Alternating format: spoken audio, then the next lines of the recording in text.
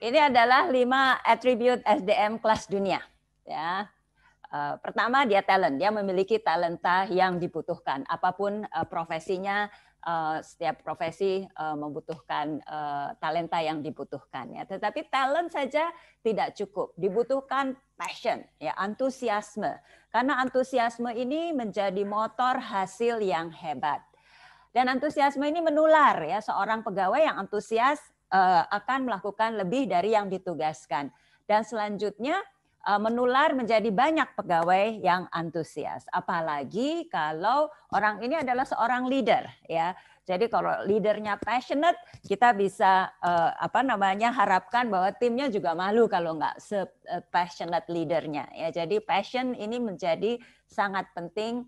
Dan untuk mempunyai passion, kita memang harus mencintai pekerjaan kita, bisa melihat pekerjaan bukan sekedar pekerjaan, tetapi sesuatu yang mempunyai makna bagi kita masing-masing. Kemudian yang ketiga adalah people skills, ya. Jadi peduli kepada orang lain, dapat membangun trust, dapat berkolaborasi dengan semangat win-win. Ya, jadi zaman sekarang ini bukan zamannya kita kerja sendiri, ya. Kalau kita kerja sendiri lama sekali sampai ke tujuan, ya. Jadi kita perlu bekerja sama dengan orang lain. Apa yang kita miliki dikombinasikan dengan apa yang dimiliki oleh orang lain sehingga bersama-sama kita bisa mencapai hasil yang lebih. Dan untuk bisa bekerja sama dengan baik, berkolaborasi dengan baik, mencapai win-win, dibutuhkan people skills. Kemudian kita ada di era perubahan, ya, perubahan yang terjadi sangat cepat. Saya rasa tidak satu orang pun dari kita yang menyangka misalnya pada tahun 2020 akan ada COVID dan tiba-tiba kita harus bekerja, beribadah, melakukan atau menikmati entertainment dengan secara virtual, ya.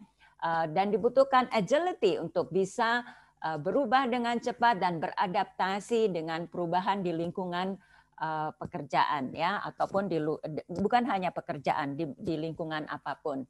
Dan untuk itu dibutuhkan kemampuan untuk learn, unlearn, dan relearn. Ya, unlearn itu diperlukan karena kalau pikiran kita dipenuhi oleh paradigma lama, yang kemudian sekarang sudah tidak relevan lagi, hal-hal yang baru tidak bisa masuk, ya. Jadi untuk itu kita harus bisa unlearn, kemudian relearn hal-hal yang baru, yang relevan, sesuai dengan situasi yang berubah. Kemudian grit and growth mindset. Tadi saya dengar bicara soal mindset, ya.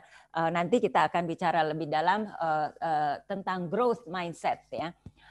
Jadi grit dan growth mindset adalah kecenderungan untuk tidak menyerah ketika dihadapkan pada rintangan, kegigihan dan semangat untuk merealisasikan tujuan jangka panjang, ya. Jadi ini adalah 5 atribut SDM kelas dunia. Nah, dalam kaitan dengan itu, pada sesi kali ini saya akan membahas 3 dari 5 tadi, ya. Kita akan membahas tentang people skills, kita membahas tentang grit and growth mindset, dan kita akan membahas tentang agility. Saya akan mulai dengan people skills, ya. Jadi ini kecakapan hubungan antar manusia berkontribusi besar pada keberhasilan. Ini saya mencuplik suatu studi, ya. Katanya sukses finansial, sukses itu macam-macam, ya. Jadi ini hanya sukses finansial saja.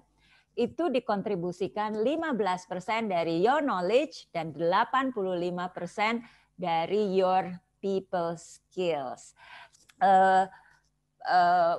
Pada saat kuliah kita tahu lah mana yang IPK-nya tinggi, mana yang IPK-nya misalnya tinggi itu 4, ya. Kemudian ada yang IPK-nya mungkin 3, ada yang IPK-nya ya pas-pasan lah asal lulus gitu, ya, pada saat kuliah. Lalu ada dengan perjalanannya waktu, kemudian kira-kira pas reunian gitu, ya, reunian taruhlah reunian 30 tahun kemudian. Kita lihat ini karena ini suksesnya sukses financial ya. Yang biasanya yang IPK-nya tinggi sekali itu jadi dosen, ya, peneliti.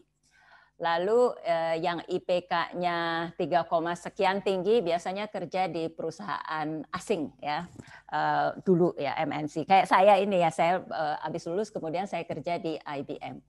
Lalu yang agak di bawah-bawah itu dia rupanya ketika kuliah dia banyak bergaul dengan satu sama lain, membangun network, banyak kegiatan, banyak aktivitas, banyak diantaranya jadi pengusaha, gitu ya.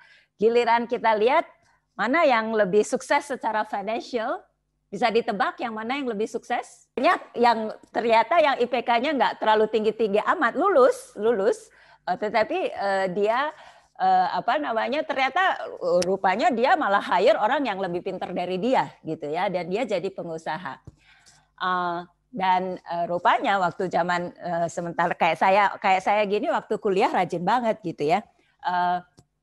Dia rajin juga, tapi rajin membangun network ya, bekerja sama banyak orang, berorganisasi, sehingga dia punya people skills yang bagus ya. Jadi di situ kita lihat bahwa kalau kita bicara financial success ya, sukses itu kan macam-macam ukurannya, setiap orang punya ukuran sukses berbeda-beda. Tapi sebetulnya ini mengilustrasikan, contoh ini hanya ingin mengilustrasikan betapa pentingnya kemampuan kita untuk bekerja sama, untuk punya people skills ya, untuk bisa membangun hubungan dengan orang lain. Karena biasanya misalnya ketika kita memulai usaha, keahlian kita mungkin hanya di bidang tertentu saja ya. Misalnya, saya ahli manajemen misalnya. Tapi saya butuh orang yang ahli di bidang yang lain, di bidang sales, di bidang marketing, di bidang apa ya. Kita hanya bisa atau kita bisa bekerja sama dengan baik kalau kita memiliki people skills ya. Jadi itu sedikit ilustrasi kenapa people skills itu begitu penting. Berikutnya adalah grit and growth mindset ya. Kadang-kadang ketika kita melihat atau di buku ini dibahas bahwa prediktor dari sukses seseorang itu bukan IQ-nya, bukan hal-hal yang lain, tetapi adalah grit-nya ya. Jadi grit itu adalah kegigihan, passion ya pada tujuan jangka panjang. Dengan grit kita menjadi memiliki stamina ya.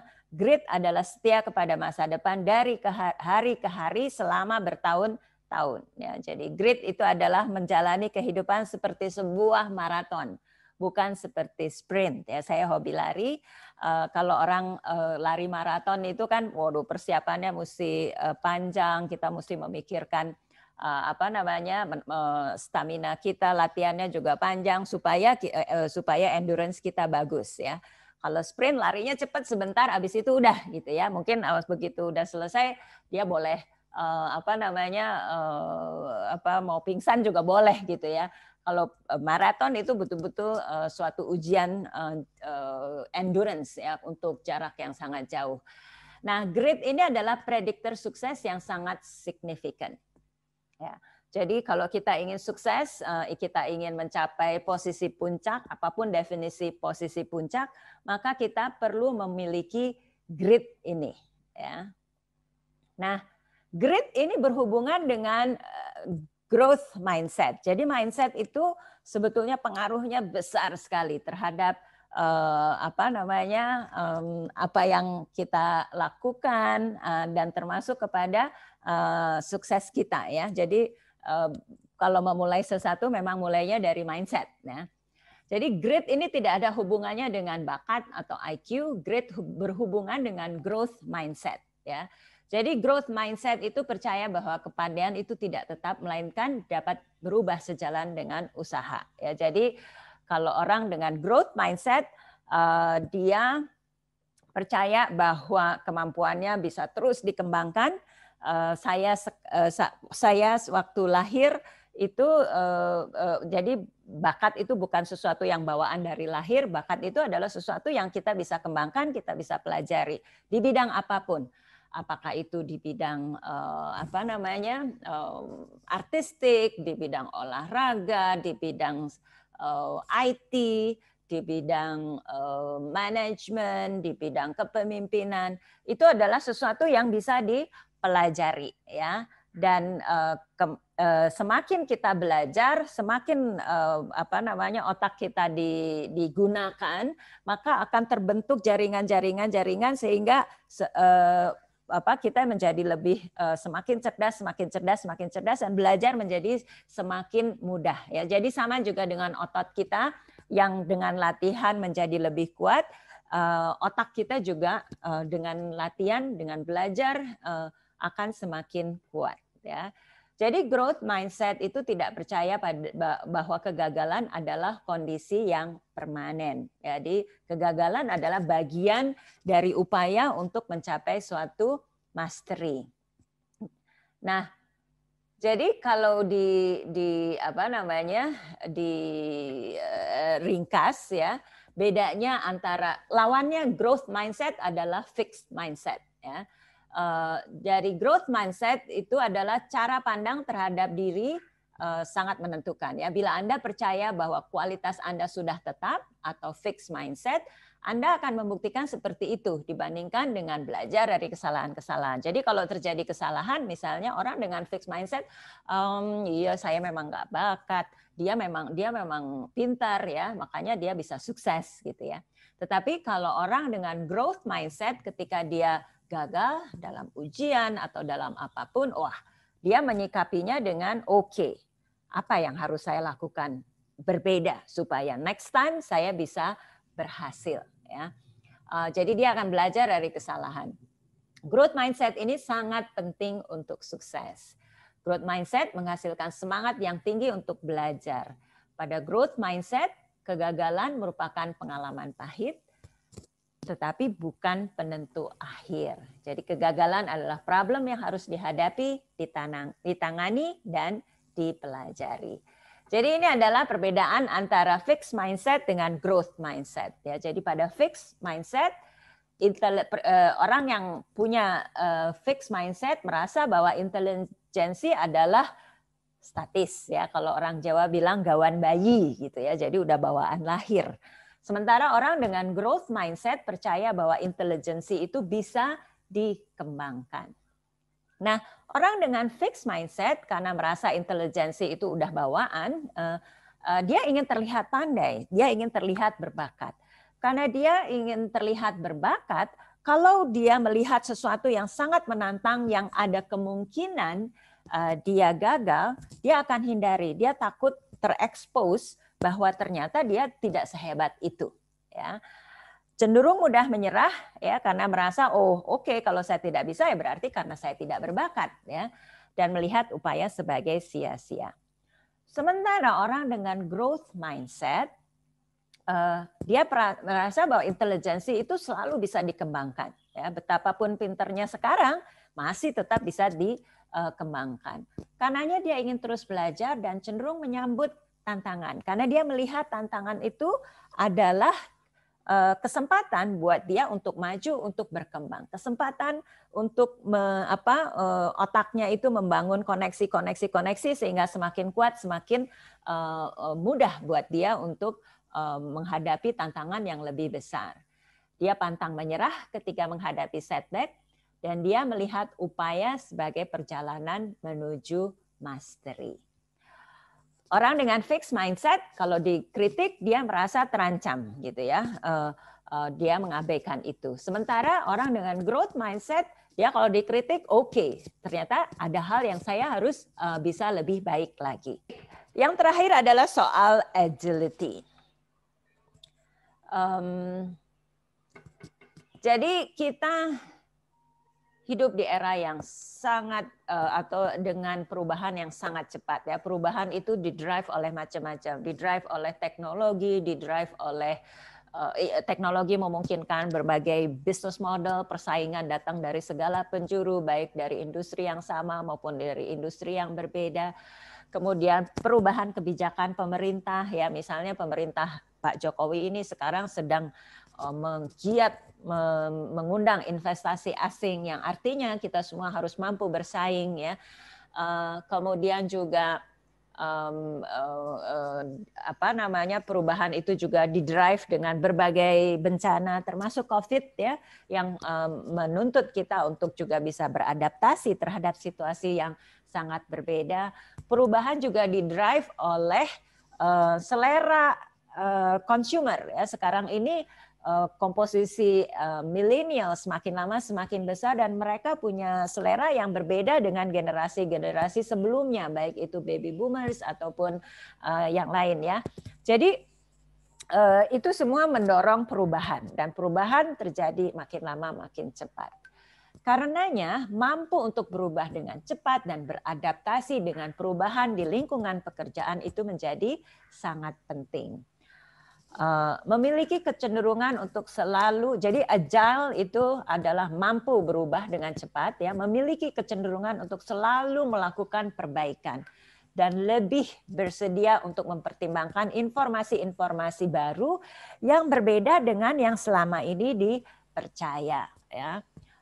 Misalnya, kalau nggak ketemu itu nggak bisa tuh kita menjalin kerjasama, ya.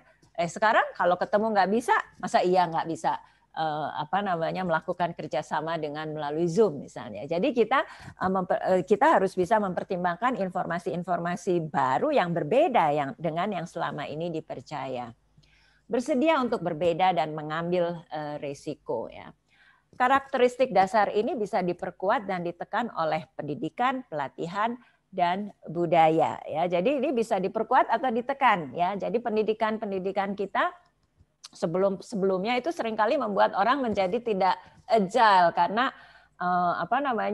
dibuat semuanya harus seragam, ya.